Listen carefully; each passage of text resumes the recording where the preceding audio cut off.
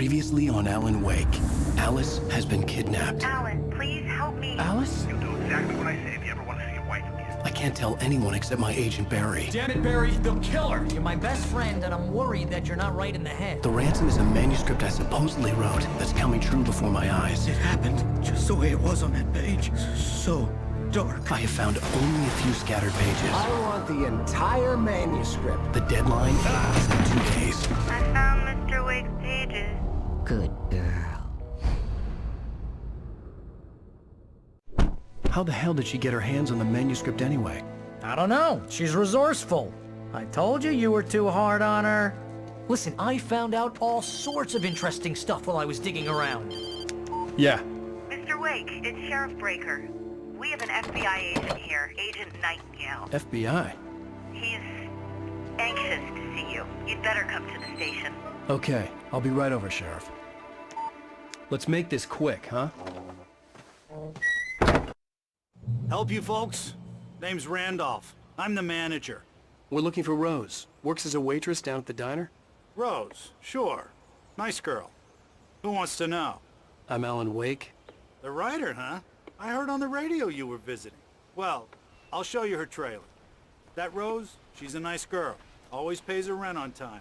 As I was saying, Al, I found all sorts of weird stuff from the local newspaper's archives. This place is crazy. Disappearances, mysterious deaths, urban legends come true, and get this, most of this stuff takes place around Cauldron Lake. Well, you ain't wrong, mister. The Indians thought the lake was a doorway to the underworld. I'm the God-fearing type myself. I don't hold with that sort of thing. Yeah, okay. Anyway, there was an island there owned by a guy called Thomas Zane. Now, some of the articles I found about him make him out to be a famous writer, but I ran a bunch of searches, couldn't find a single thing he wrote. Zane was heavily into diving, so much so that the place came to be called Diver's Isle. But the volcano under the lake erupted in 1970, and Zane went down with the island. Yeah, how about that? It was there in the morning, as if it had fallen from the sky. But it would take a tornado to lift something like that. We're damn lucky it didn't crush any of the trailers. Come on, mister. I'll take you to Rose's trailer.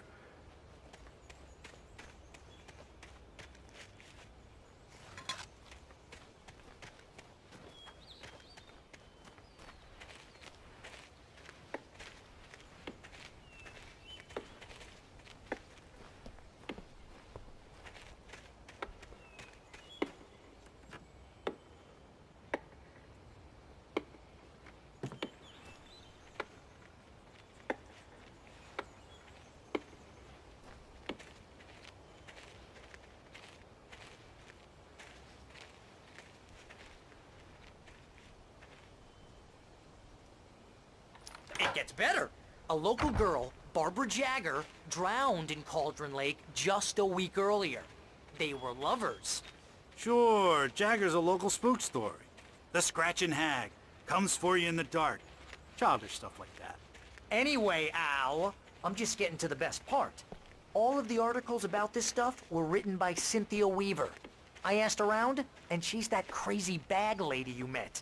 What, the lamp lady? She can be a little loopy, but she's not homeless or anything. Yeah, anyway, she knew both Jagger and Zane before they both died, and she had some kind of a breakdown.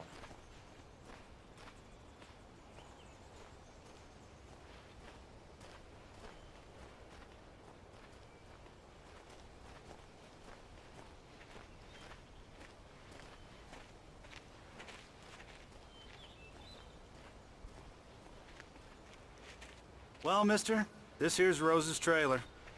You mind me asking what you want with her? We're just here to talk to her, pal.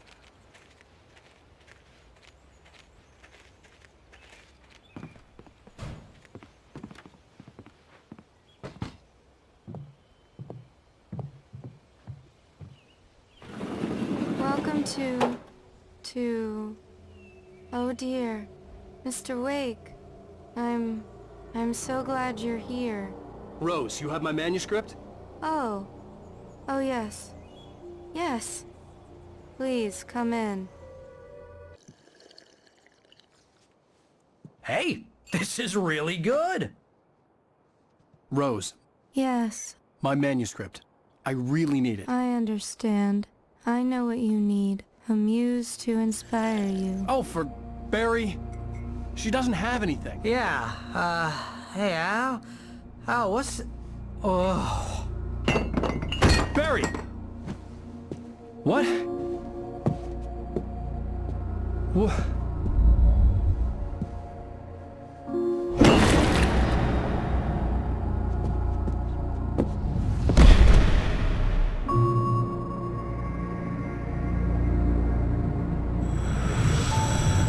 It's coming for you, hiding in my barber's skin. I'm too weak to stop it. You must turn the lights on. I promised I'd come visit you and your lovely wife. You must finish what you started. I insist.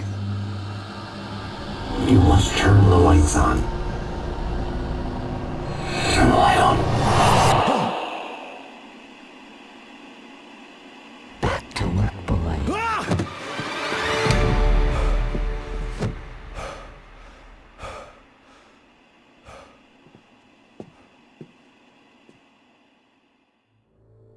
I felt nauseous, hungover. Only anger kept me going. I can't tell reality from dream anymore, but it seems I have an imaginary editor to help me. She's an old woman in a funeral dress. I call her Barbara Jagger. She's very strict. I'm writing faster and faster. My manuscript is being heavily revised. The edits are getting very aggressive, and each day there's less of me and more of her. I hate it, but I know she's right. She promises me I can save Alice this way. She knows more of this than I do. About the complex incantation I'm attempting. About this place. She's worked with another writer under similar circumstances, Thomas Zane. The genre of the story seems to be shifting. It's turning into a horror story. I'm getting close. I can feel it.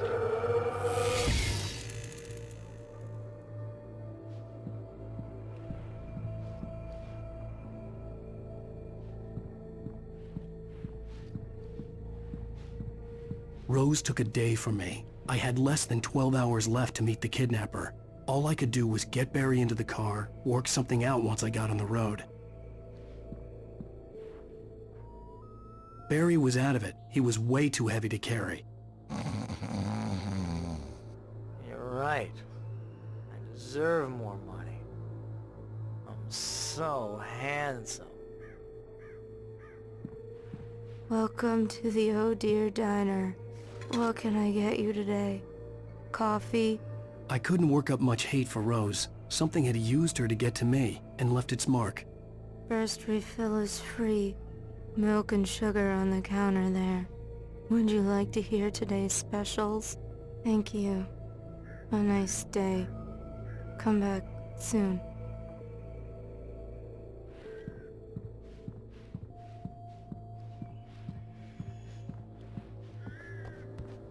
My gun and flashlight were gone. I'd have to find a way to get Barry into the car as quickly as possible. There was no time to waste. Mr. Randolph liked Rose. That little smile she had. How she was still sweet when life had tried so hard to make her bitter.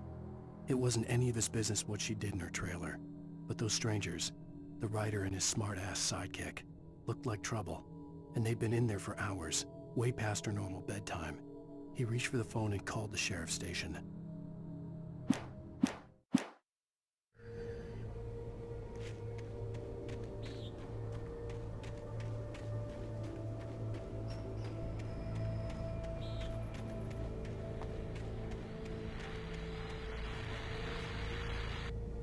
I just stepped outside to catch a breath of fresh air. Let me tell you, the weather's getting heavy. Nights like this make me especially glad I'm here talking to you and not home in bed. Once the weather takes a turn like this, I can't sleep at all. It's all tangled bed sheets and dark thoughts, punctuated by the occasional plunge into nightmare. Is it just me? Well, perhaps it is. But I hope I can make the night a little bit easier to get through. Caller, you're on KBF FM. Hey, hi, it's Walt Snyder. What's on your mind, Walt? Well, I am the way you are, but, well, I can't sleep either, you know? I just been staring out the window here, trying to make sense of it all, but I ain't been drinking either. You know, I just... Well, you sound like a man with a problem, Walt. Yeah. I had argument with Danny. You know, Danny, and, then I got in trouble with the law. You know, and, I'm just... Well... I heard something like that, Walt. Yeah. Well, you know, Danny's my best friend, and, they let me out on bail today. And now I'm just alone here at the window, you know, waiting. Man, and there's something in the air tonight, man. I was just outside looking up at the sky above our broadcast tower thinking the same thing. What are you waiting for, Walt? I don't know. You know, something's gonna happen. You know, I think I better go. Well, Walt, maybe... No, thanks, Pat. Well, good luck to you, Walt. Hang in there. Let's take a little break, folks. This weather's really something.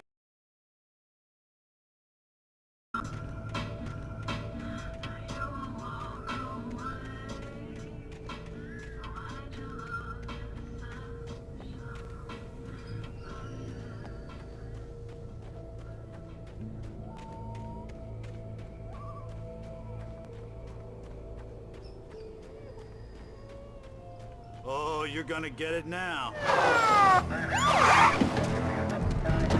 God knows what you've done to that poor girl. This is Agent Nightingale, FBI! Get him up, Hemingway! You're under arrest! You move a muscle, I'll unload right in your goddamn face! Stay right where you are, Slane!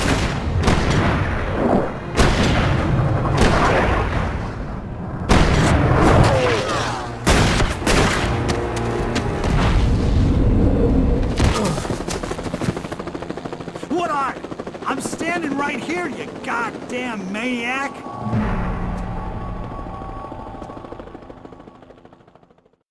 I hated to leave Barry behind, but there was no way I'd miss my appointment with the kidnapper. Give it up, Mr. Wake! Come on!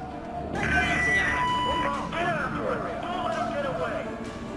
Move it! Move it! Move it! Don't let him get away!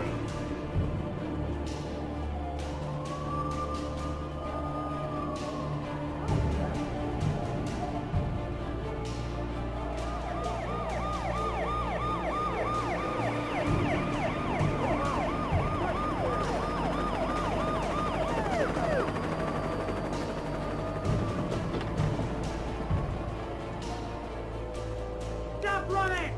We have the suspect in sight! Okay, men. Keep your eyes peeled. He's gonna try to make it through here. Oh, damn. Where we go? Fan out! No! Stop! Get out of the way! Stop! Come on! Hey! He's up here! God damn it! Where'd he go? Oh, damn it!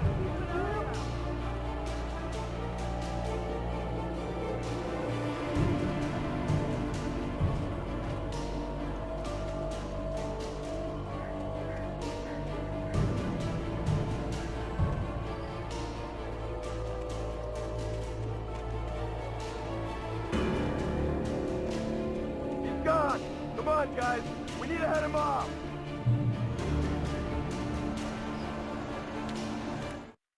For decades, the darkness that wore Barbara Jagger's skin slept fitfully in the dark place that was its home and prison. It was hungry and in pain. It dreamed of its nights of glory when the poet's writing had called it from the depths and given it a brief, terrible taste of power and freedom. The rock stars had stirred it from the deep sleep the poet had sunk it back to in the end. When it sensed the writer on the ferry, it opened its eyes.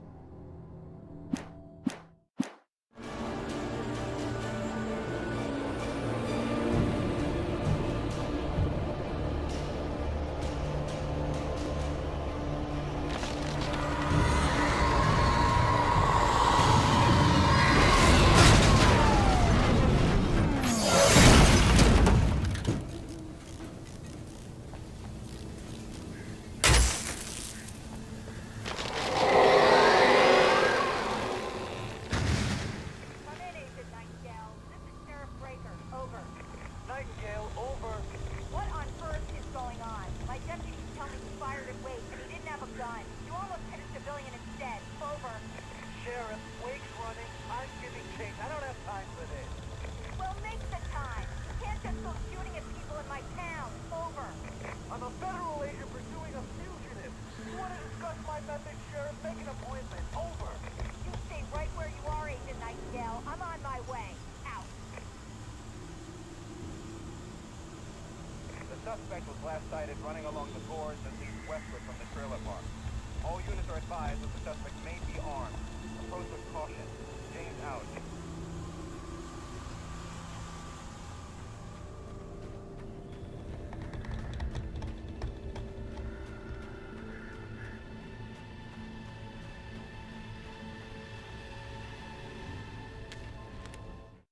Rose didn't know how the strange old lady got in her trailer, and she looked wrong somehow. The woman showed her teeth in an approximation of a smile and traced a finger down Rose's cheek. "Pretty girl," she said. Rose felt as if she was falling asleep, but her knees didn't buckle. The crone spoke in a whisper, her words ice cold and dark in Rose's ear.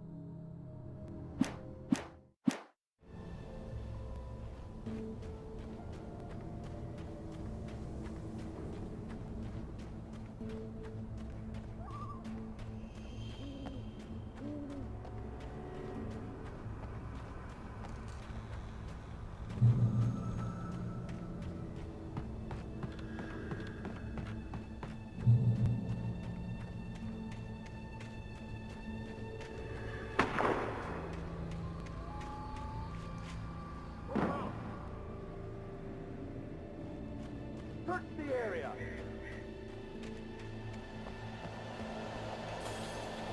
Stay sharp. This way. Over here. Hey, who's there?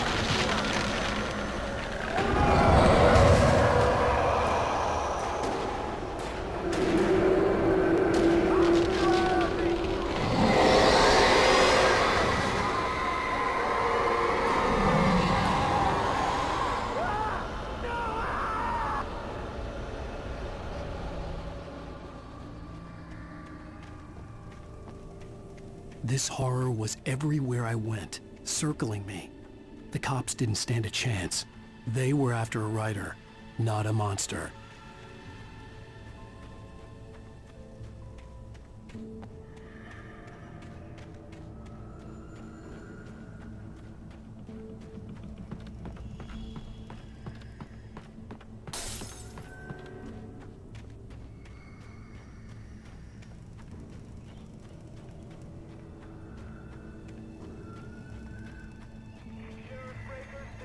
Nightingale. I've lost contact with person Lynn you assigned to me. It's Wake's doing.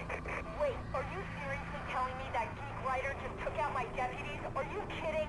I mean, have you seen this guy? He wears a tweed jacket. Over. He's the guy we're chasing. If it's not him, who then? Bigfoot? Over. I don't know yet, but I'm not in the habit of jumping to conclusions. That tends to come back and bite you in the ass. Out.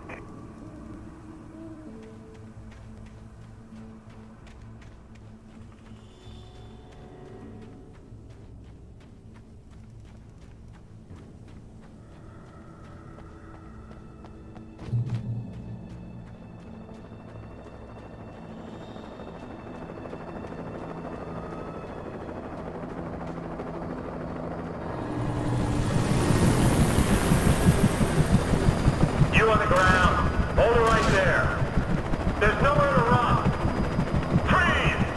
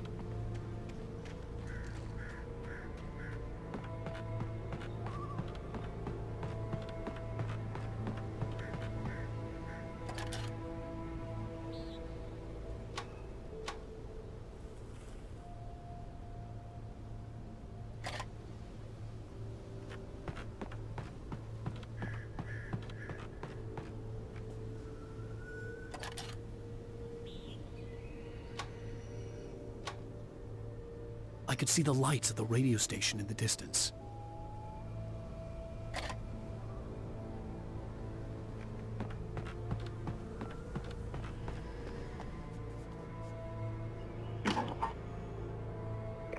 This is James. Mulligan, Thornton, come in. Over. Thornton here. James, we got both Wheeler and Rose in custody. They didn't put up a fight or anything. Why, they were... Hey, Mulligan, what are you doing? Come on. Sit down and give me that. James, Mulligan here. Over. Go ahead, Mulligan. Over. We got Wheeler and Rose here. Wheeler's drunk or hopped up on something. Speaking of which, that Fed had a pretty distinctive whiff of Otis Scotch about him, you know what I mean. Over. I don't have anything on that, Deputy Mulligan. Over. Well, whatever. Anyway, Rose is just being plain weird here. You better get Doc in to take a look at both. Over. Gotcha. You better get them here quickly. The, Fed's gonna want to interview Wheeler. Over. Oh, yeah, I'll bet he does. Looks like they have a lot in common. Mulligan out.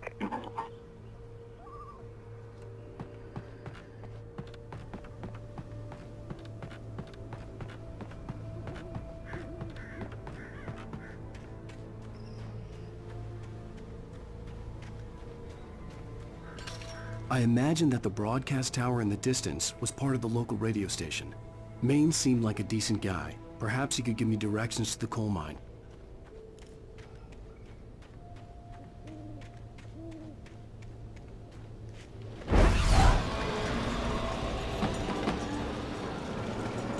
Unnatural shadows clung to the gate.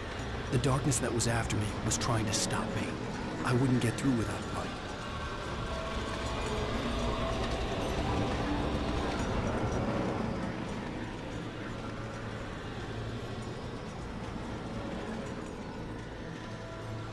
There was no power to the searchlight.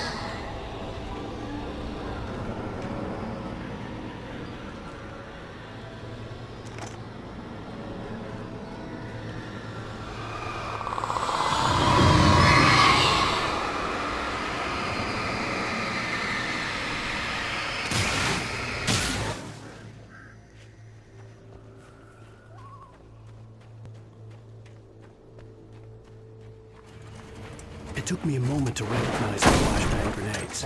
They were an ideal weapon for my situation. Team 1, come in. Over.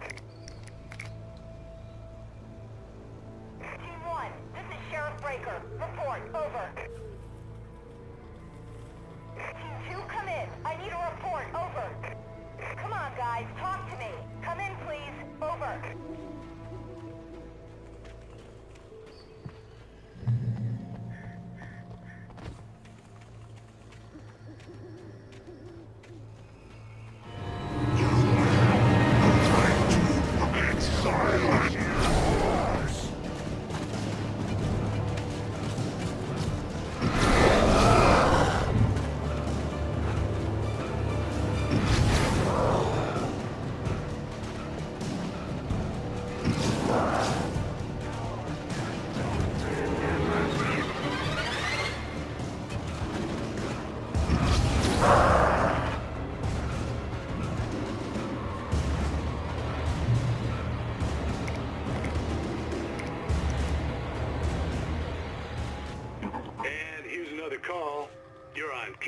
FM with Pat Maine. It's Milt Peabody, Pat. What's on your mind, Milt? Well, I live near the trailer park, Pat, and there's a big ruckus going on over there. Well, that's just up the road from me, too. What's going on, do you know? I don't know, but there's a bunch of police cars there, lots of sirens, a helicopter buzzing around, and I think I heard some gunshots. Gunshots? Yes, sir, like from a pistol. So can you find out what's going on? Because it's just next door and they're popping off guns there. They're still shooting? No, it was maybe 10, 15 minutes ago. It sounds serious, Pat. I'm telling you, it don't sound like no party. Well, I'm certainly going to give the station a call, Milt. Okay. You'll hear it here as soon as I hear from them. Okay, thanks.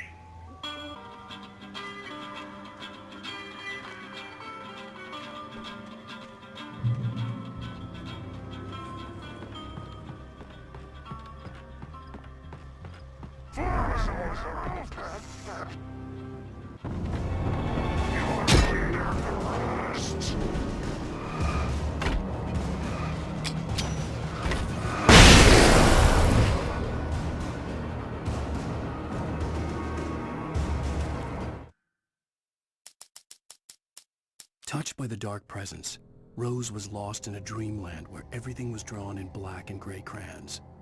The old lady had promised her that all her wishes would come true. She would be Alan Wake's muse. She was smiling so hard it hurt her face. She crushed a bottle full of sleeping pills into the coffee. Deep down inside, she was screaming in terror.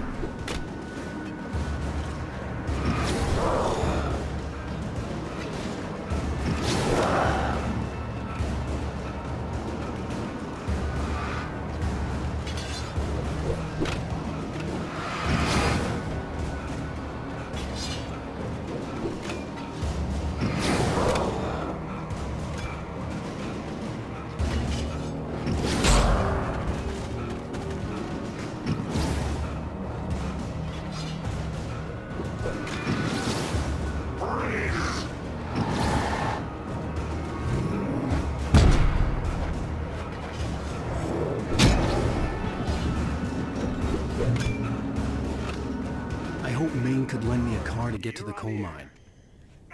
It's Lorna Miles. Why, hello, Lorna. What do you have for us? Well, I just don't see why the cops bother with the trailer park.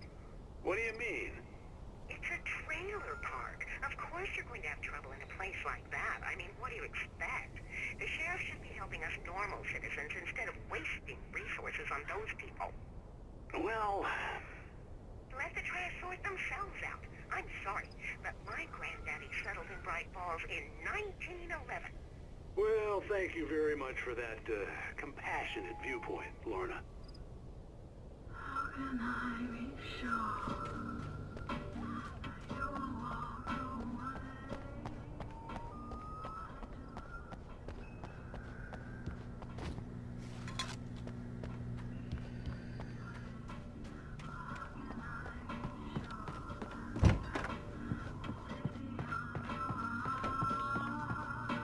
Oh, here's a little surprise. The famous writer Alan Wake just walked in. Folks, I'm going to see if I can talk him into an interview. Come on in, Mr. Wake. Oh, I'm so glad you could find the time to do this, Mr. Wake. Nowhere to run now, Dan Brown. You back away from me. Don't hurt. Whoa, everyone calm down. Put the gun down. We're all friends here, right? Cool your jets, Nightingale. We got him. What the hell's the matter with you? There's a civilian in there.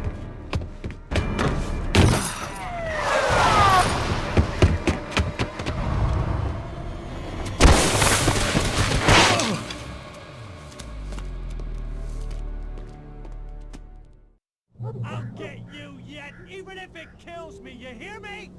You hear me, H.P. Lovecraft?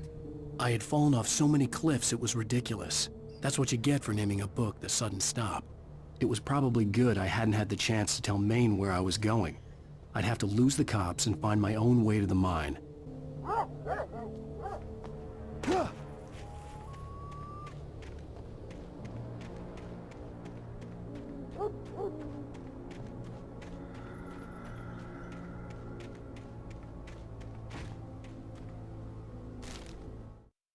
Nightingale stared through the broken studio window into the dark woods. He turned around, started to walk out, but Maine grabbed his arm. "Young man, you almost shot me. You don't shoot off rounds at people like that. What's the matter with you?" Nightingale shook his arm free, marched out. His cheeks burned with rage and humiliation.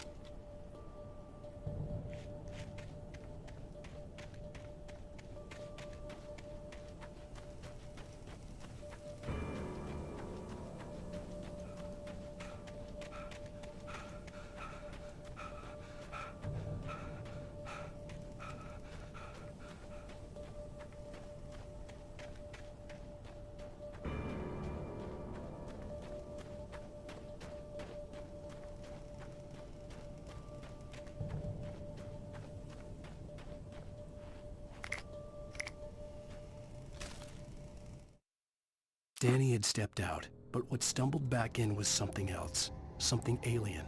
A monster. Walter tried to kill it, first with his fists, then a chair. It wouldn't die. Instead, it kept coming, unaffected by the beating it had taken. After Walter managed to kick it down the cellar stairs, fear took over. He ran, got behind the wheel, gunned the engine. The booze wouldn't make him forget, but he knew he had to try.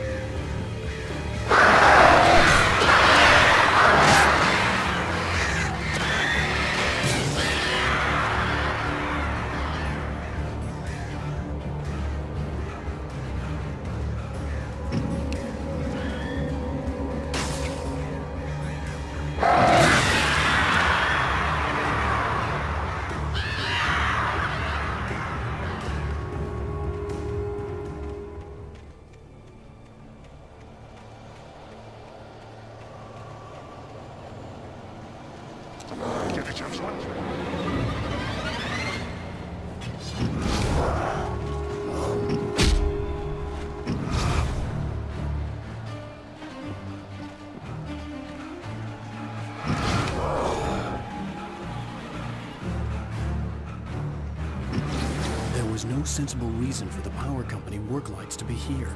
It was almost as if they'd been left for someone like me to use.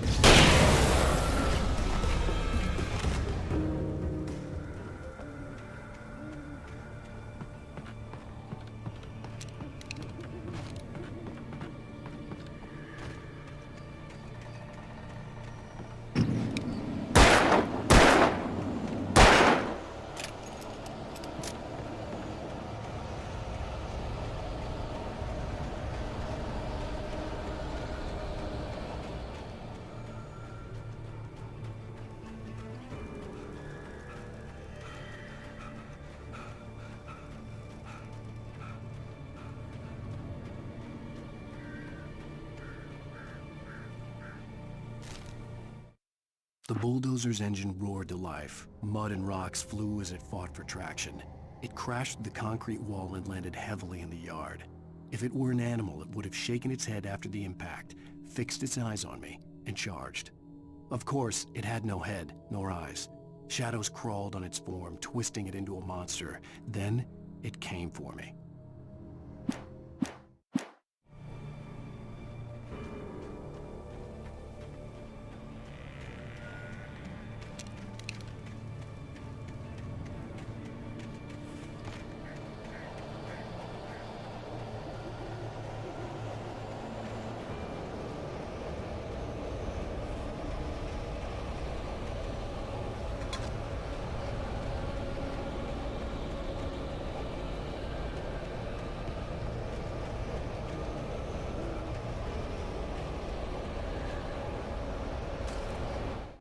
Sarah trusted her gut, and her gut said Agent Nightingale was an asshole.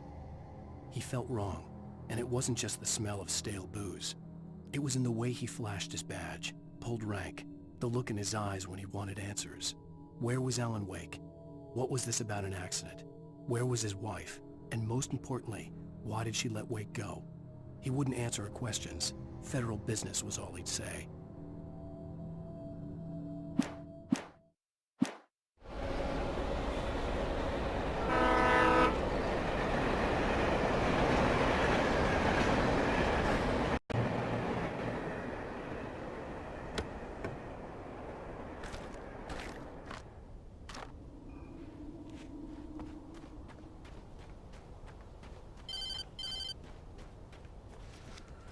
Hello? The most stubborn man I've ever met. Alice? Alice? Alan. I'm so afraid.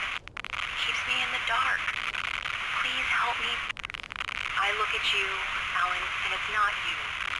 Something else. Looking out from behind your eyes. Alice, I'm here. I'm so alone here. It's all gonna go to hell. You need to be careful. Cooperate. The connection had been terrible, but that wasn't the only thing that hadn't been right with the call. She sounded wrong somehow, but she had called me.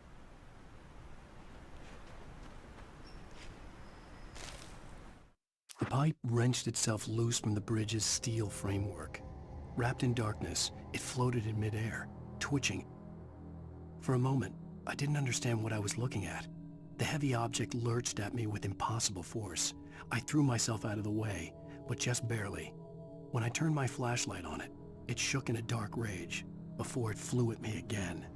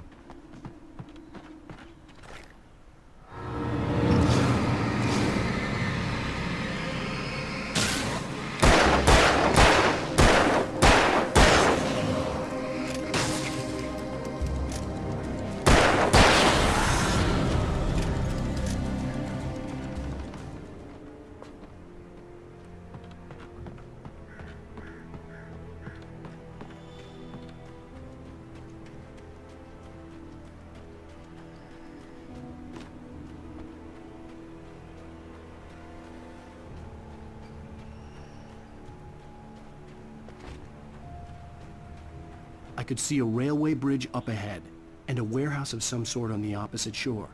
I hoped I could find a car from there.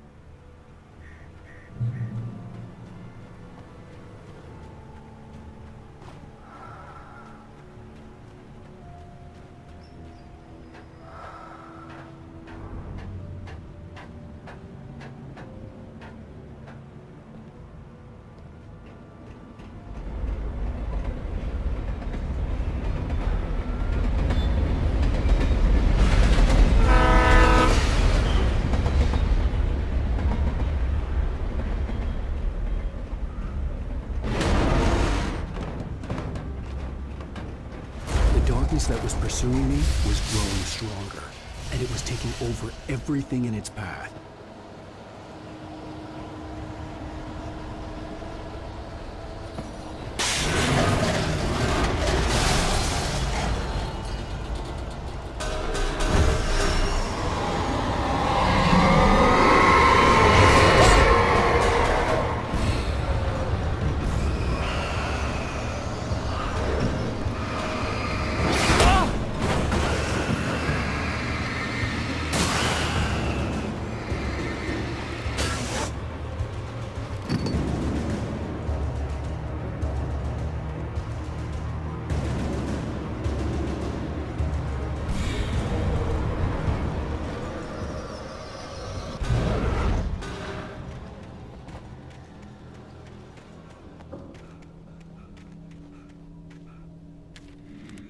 I slammed the door shut right in his smug face.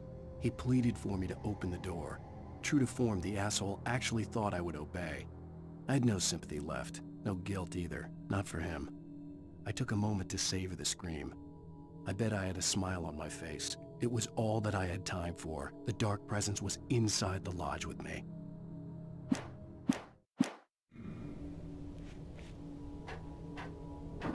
As a teenager, just starting to get interested in writing, Stephen King had been a source of inspiration to me. I thought about all the inanimate objects that had come to life in his books. No one is safe in a good horror story. Certainly not the protagonist. That's what makes them fun. This was anything but. The darkness could possess anything, and it was getting closer.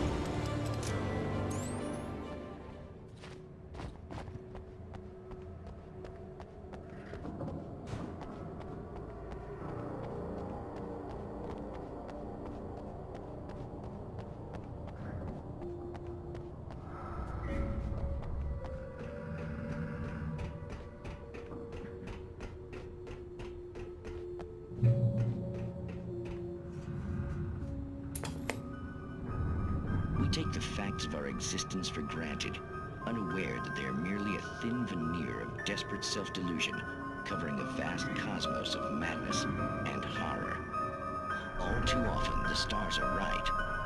In Night Springs. Tonight's episode, A Family Occasion. Journalist Alvin Derlis' trip to study the local customs of an insular community in Night Springs has been less than successful. Until tonight. Well, I'm glad you changed your minds about this. Ancient customs, local mythology. My editor loves this kind of stuff. Well, Mr. Derlis, we don't want to feel like we're on exhibition. But you have demonstrated the seriousness of your intent. Oh, I am serious. Really, just do your thing. I'll stay out of your way and observe. Actually, I thought you could assist us. I'm afraid we are a man short. It would provide you with an intimate perspective. Could I really? Of course, Mr. Derleth. Well, I guess that's the least What would I have to do? Oh, here. Let me show you with a kiss.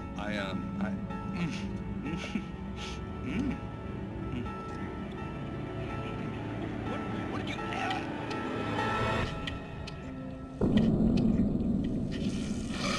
Oh, Mr. Derleth, you have well pleased Nixie Burka, the dweller in flesh. Your body shall host his 1,000 young, and all shall be glorious.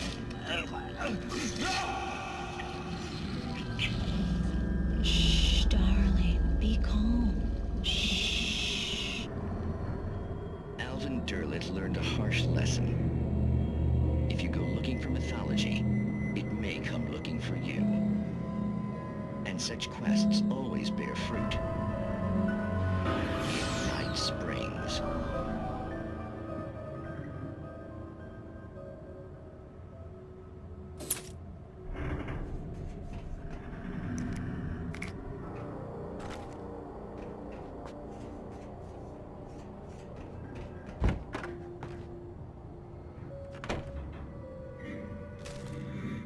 The darkness surged towards me, sucking everything loose from the ground into its depths, tugging at my clothes. I saw the flare the kidnapper had dropped and threw myself towards it just as I felt my feet leave the ground.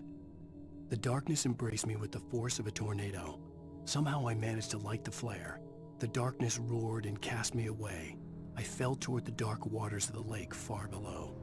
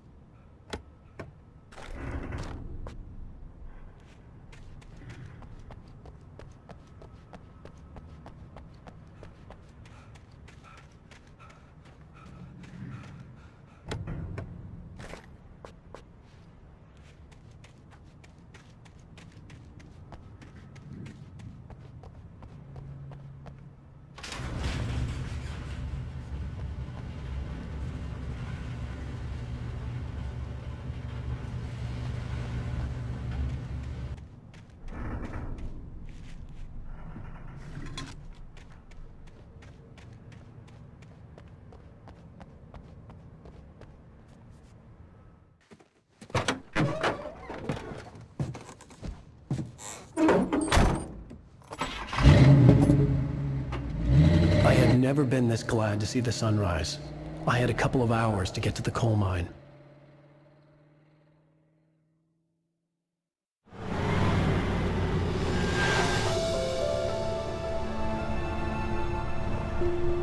The coal mine wasn't far now.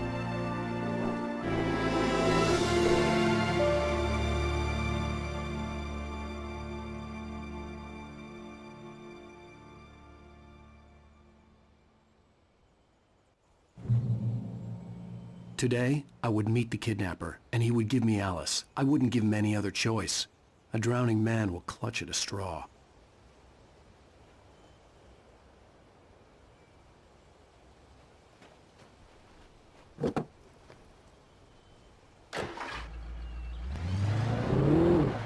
Little by little, without realizing it, I'd come to believe that the story in the manuscript was coming true. The current of its narrative had taken me deeper and deeper into dark waters. Alice had been taken from me. Barry was probably in jail. I was a fugitive from the FBI. The whole world taken over by the dark presence was trying to destroy me. It all felt real, but it matched a textbook case of insanity.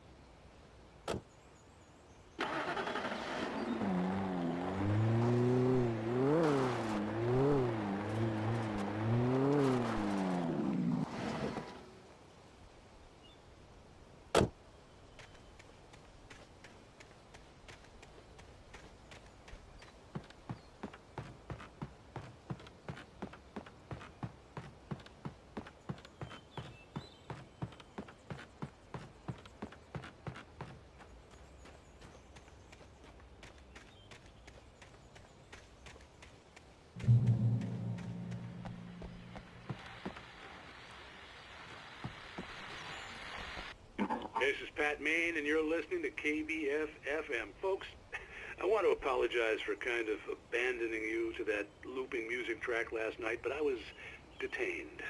You see, I encountered a big-shot G-man with an itchy trigger finger who could use a lesson in manners and a boot in the ass, not necessarily in that order either. Now, folks, I know I'm not being very informative here, and I apologize for that. I really should just keep quiet, but I'm just so peeved right now, because some people just shouldn't be carrying badges. I'm just glad that our Sheriff Breaker was there to straighten things out. And if someone I met last night is listening, let me just say, I'm sorry if my mouth got you in trouble. I'm pretty sure you're not the bad guy here. Godspeed, son. I hope you know what you're doing. Now, on a lighter note, I'll be talking to Dr. Nelson all morning. But first, a little music.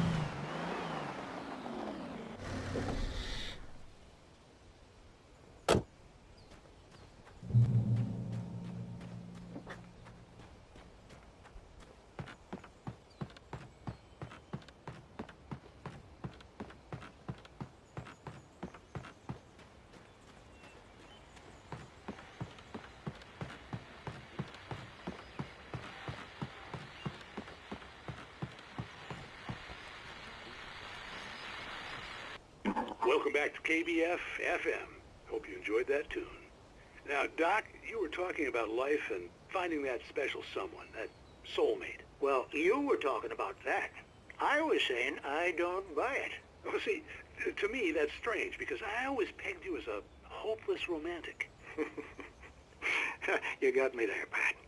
But I think love's where you look for it. And you need to do a lot of looking, sure. But the idea that there's that one special person out there for you, and if you miss that chance, it's gone forever and you're forever incomplete. I mean, isn't that depressing? Or, heck, childish even? There's plenty of fish in the sea. And apparently a fisherman has a fishing analogy for everything, but what you're saying, isn't that a little harsh? Well, no. What I am saying is that your potential for finding that connection isn't limited to what's essentially a chance encounter. How's that harsh? Yeah, well, I guess that's a nice thought, but let me say something personal here. Okay. Now, well, I don't disagree with you exactly, but I can't really fit that together with what I feel, what I felt for someone, because she was the one. She was. And I let her drift away from me. Maybe I didn't put in the work, I don't know, but, well, since then, and it was a long time ago, but since then there hasn't been anyone, not like her. And I'm not saying I dwell on her or haven't moved on. I like my life. I'm not living in the past, but I do miss the way she completed me. You can't argue with the heart, Pat. I'm sorry, folks. I had kind of a scary experience last night, and let's just say it's shaken a few things loose.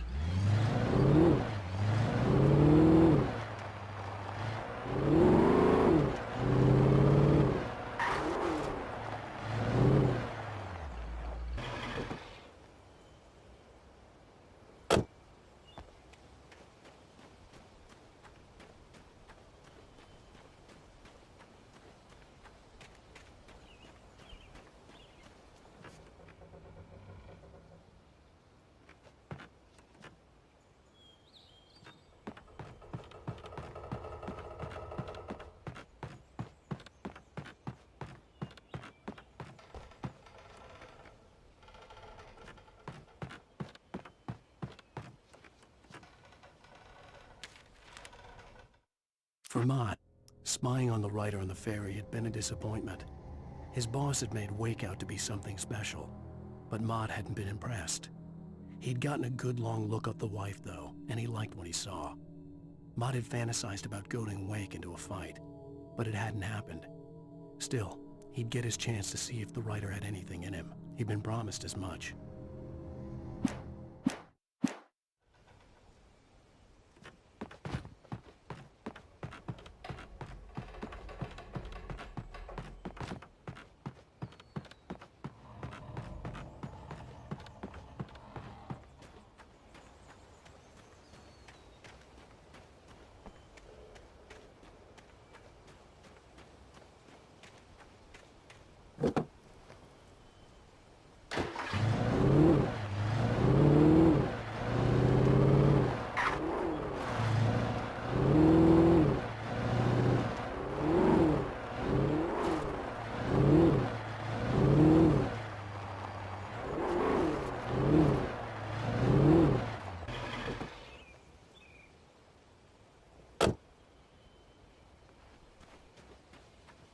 I was early. I was supposed to meet the kidnapper at noon in the main building. The coal mine was quiet. It was a museum now.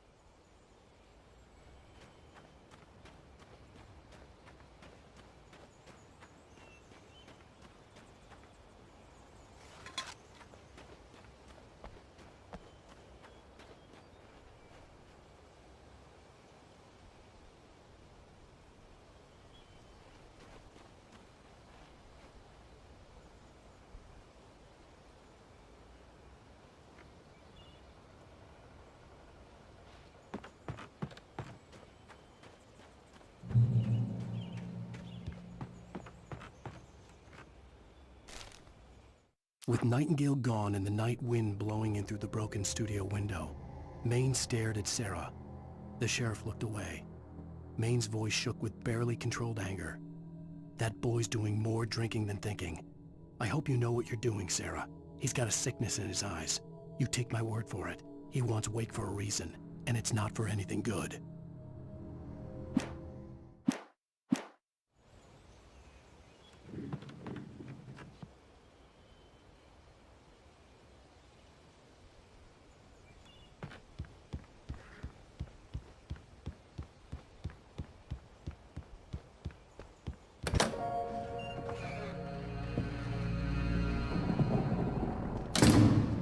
I didn't want to go outside. Cops had to be looking for me.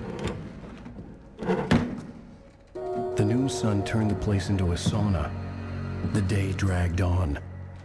Different scenarios ran through my mind. Ways of how I'd torture the kidnapper to get Alice back. Or the different horrible things he could have done to her. I imagined her was still alive.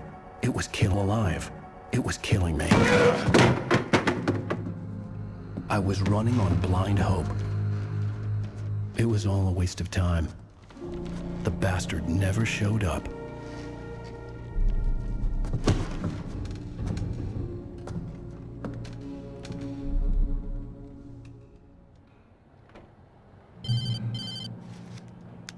Wake! Where the hell are you? Change of plans. You know where Mirror Peak is? It's a big mountain north of where you are. You follow the path from the mine, you can't miss it. There's a lookout point there. I'll be waiting. I'm through being jerked around by You you. want to see your wife alive? Because if you do, you better watch what you say to me. Do we understand each other? I want to talk to Alice. Yeah, and I want the manuscript. Don't keep me waiting, Wake. Hello? Hello! Ah! I'm gonna kill him! I had to get to Mirror Peak.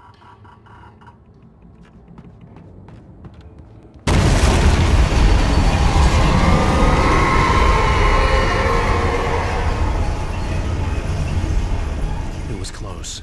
Maybe closer than ever before.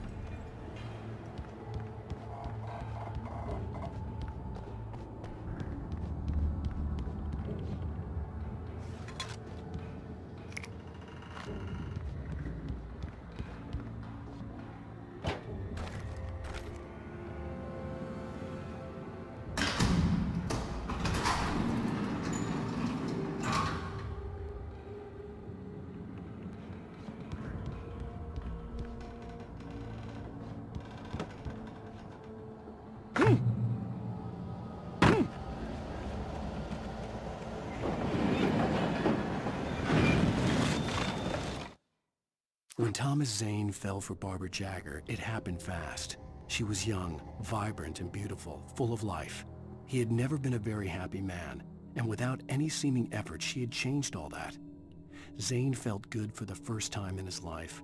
Everything she did was another piece of a jigsaw puzzle he hadn't even known he'd been missing.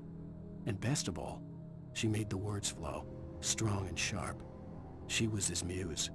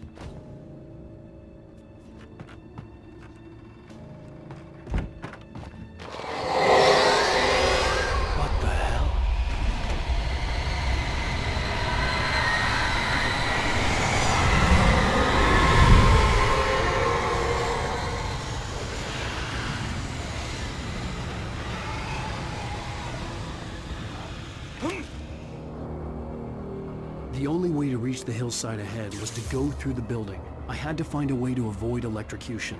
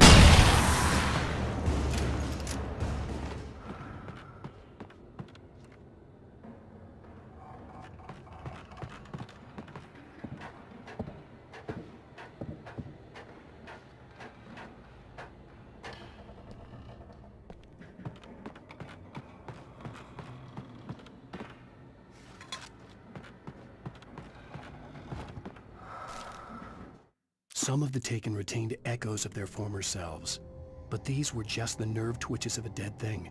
Nothing remained but a shell covered and filled with darkness. In most cases, these puppets were enough for the purposes of the Dark Presence. But for anything more elaborate, as with the writer, it was different. It needed his mind. And so rather than taking him over completely, it merely touched him.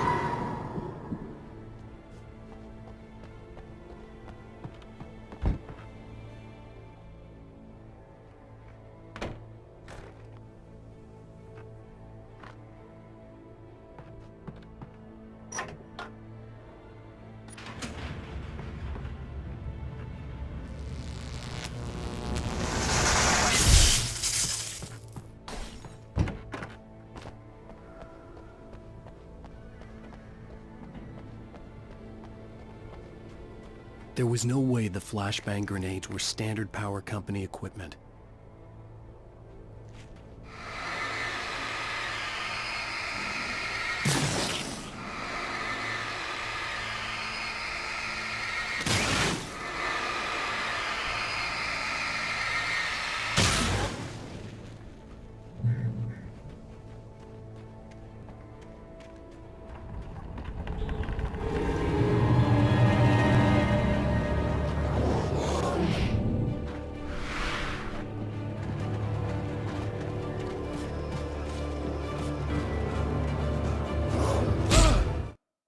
I stared through the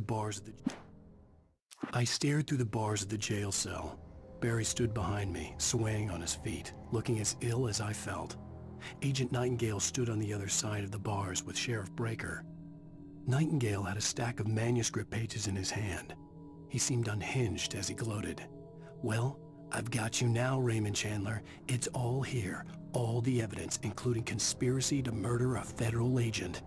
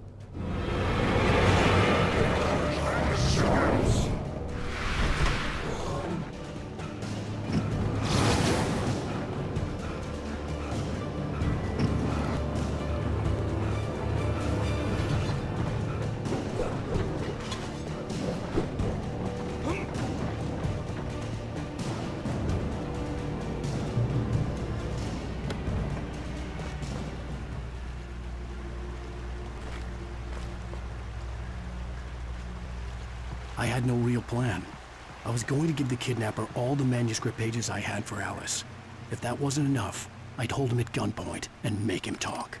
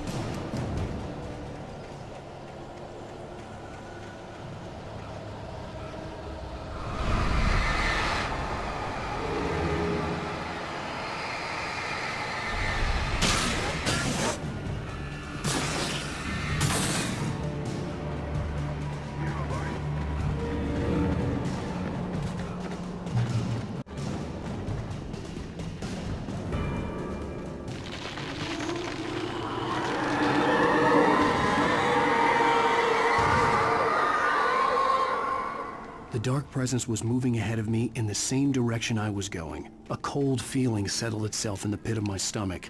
Was it going for Alice?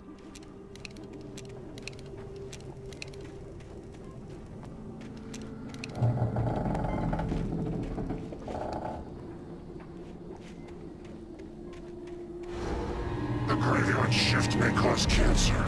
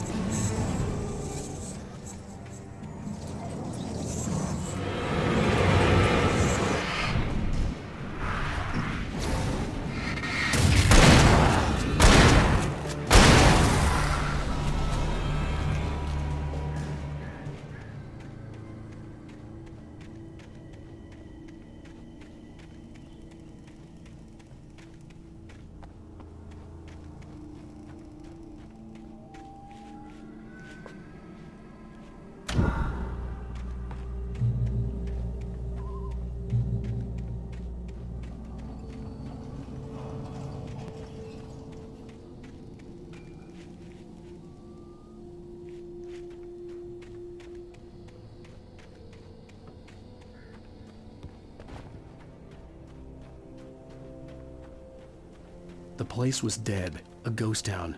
Had been for decades, maybe a century.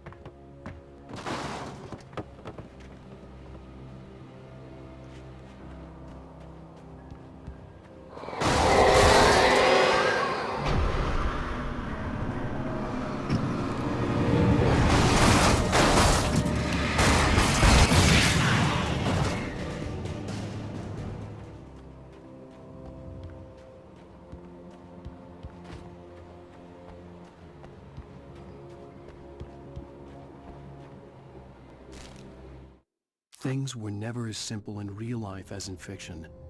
I had lost count of the times I had wished there'd be a clear reason for my writer's block. Something to fight, something to lash out on. There wasn't.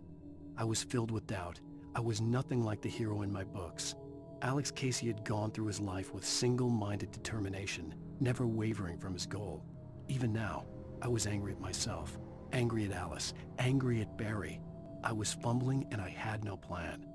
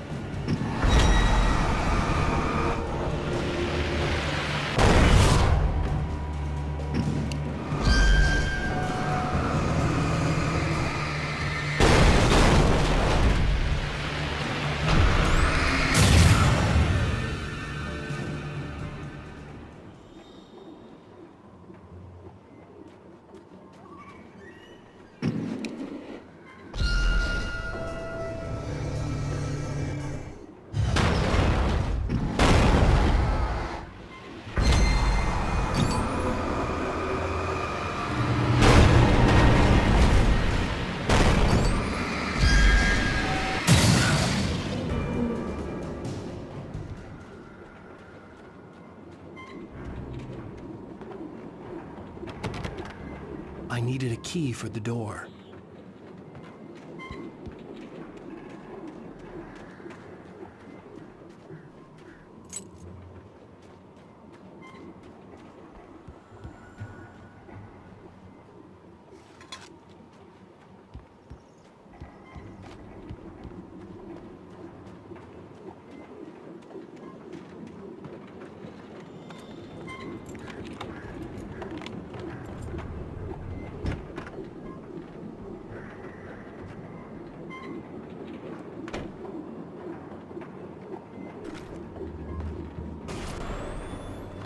Anything outside of writing is a struggle. I feel ill. I managed to make my way downstairs. There's a shoebox filled with books and papers by Thomas Zane. It's very hard to focus, but I managed to read some of it. He's a poet, and a good one. He writes of muses and creators summoning fabulous things from a magic lake, using his powers to shape the world of a realm of gods and dreams and demons, dark things that wait for a chance to slip through, wearing the flesh of men as disguise. Zane writes about himself, his girlfriend being taken over by a dark presence, about growing scared of the lake.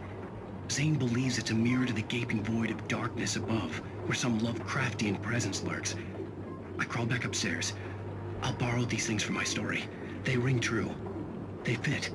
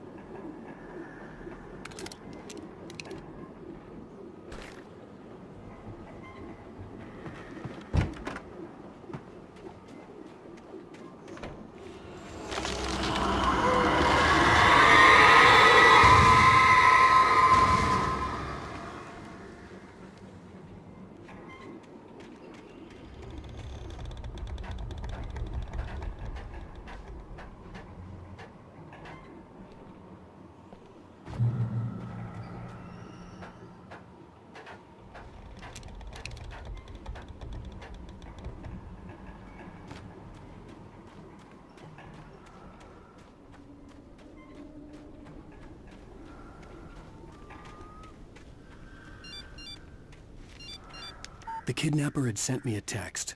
The message was full of spelling errors and insults. It was telling me to hurry up.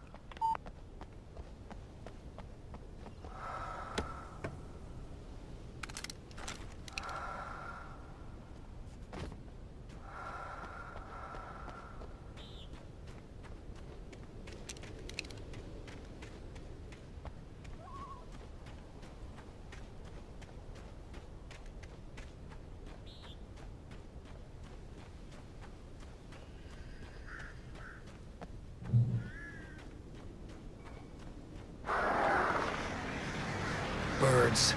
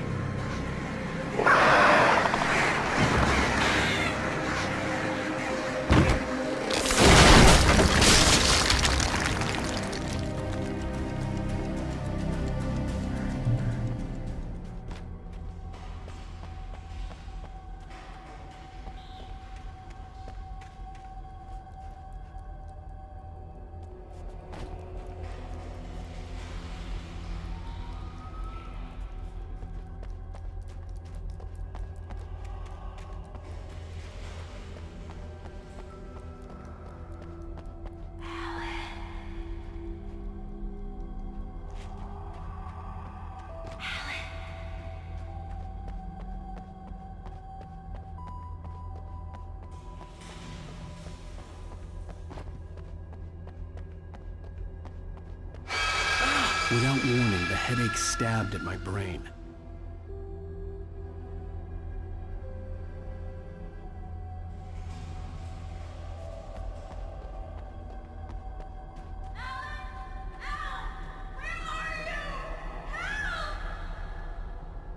Alice? Alice!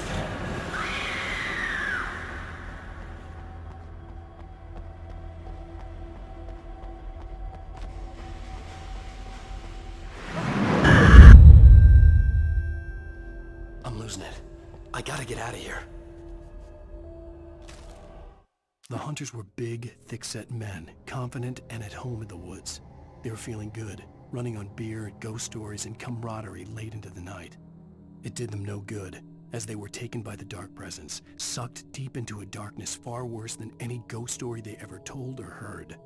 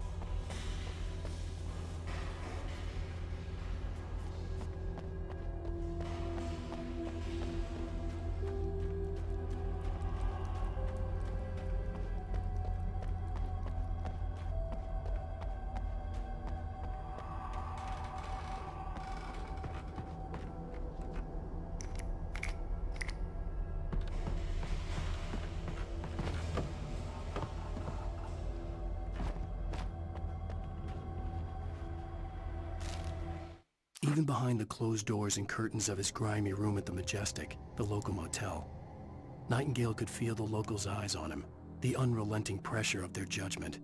He forced it out of his mind. For all he knew, they could all be under Wake's spell already. You do what you have to do to get the job done. He took comfort from the bottle in his hand. Please, he thought, just let me get through this.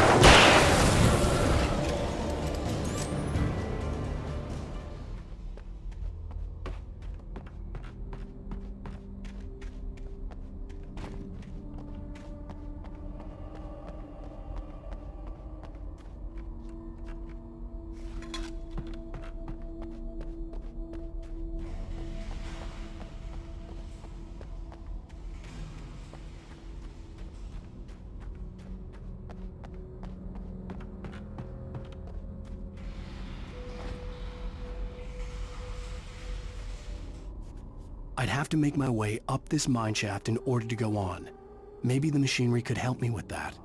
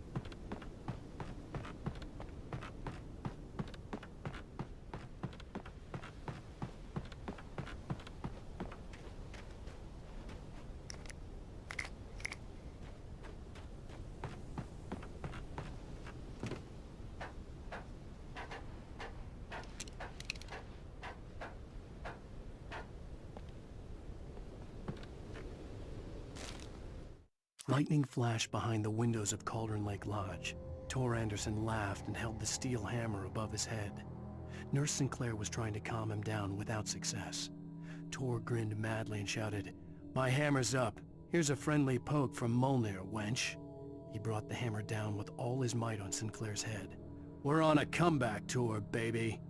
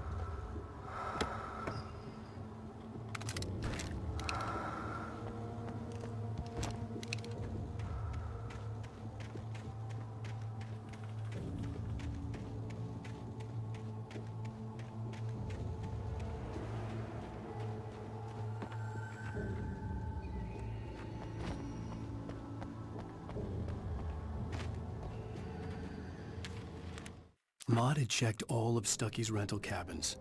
There had been no sign of the Wakes. It was dark when he'd found their car parked at the end of the road by Cauldron Lake. It made no sense. They must have taken a wrong turn, but there was no sign of them, and the car had been there for hours already.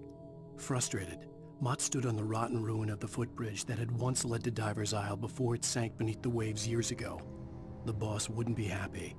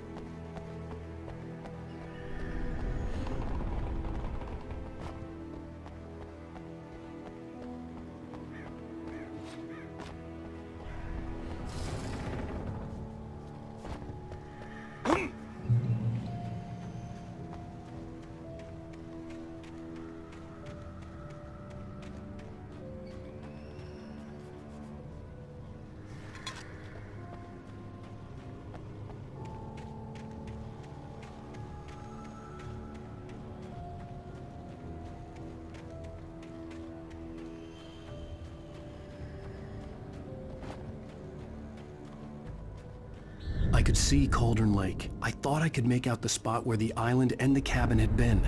There was a light near it. It had to be a boat.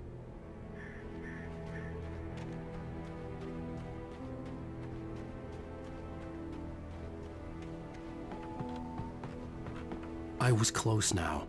I had to get there fast. I dreaded what I would find. I tried to hold on to Alice, but her form melted away. I was losing control. Dr. Hartman stood in her place. I wanted to hit him, but my arms were jelly. He smiled. It was a reassuring smile, and I hated him for it. I had to give you a sedative. Don't fight it. You went through another rough period. Right now, it's very important that you stay calm. We don't want you to have another episode. You're a patient at my clinic. Have been for a while now.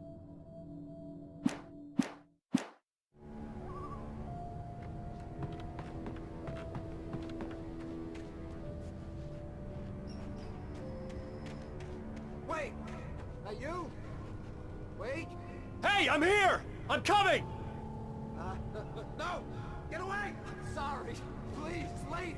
The boss didn't know who he was messing with. I didn't know. I swear, I didn't know. We don't have a wife. We don't know where she is. She's probably drowned. We just said we had her to make a play ball. You see? They get them writing for us. Please. Please, oh. I'm sorry.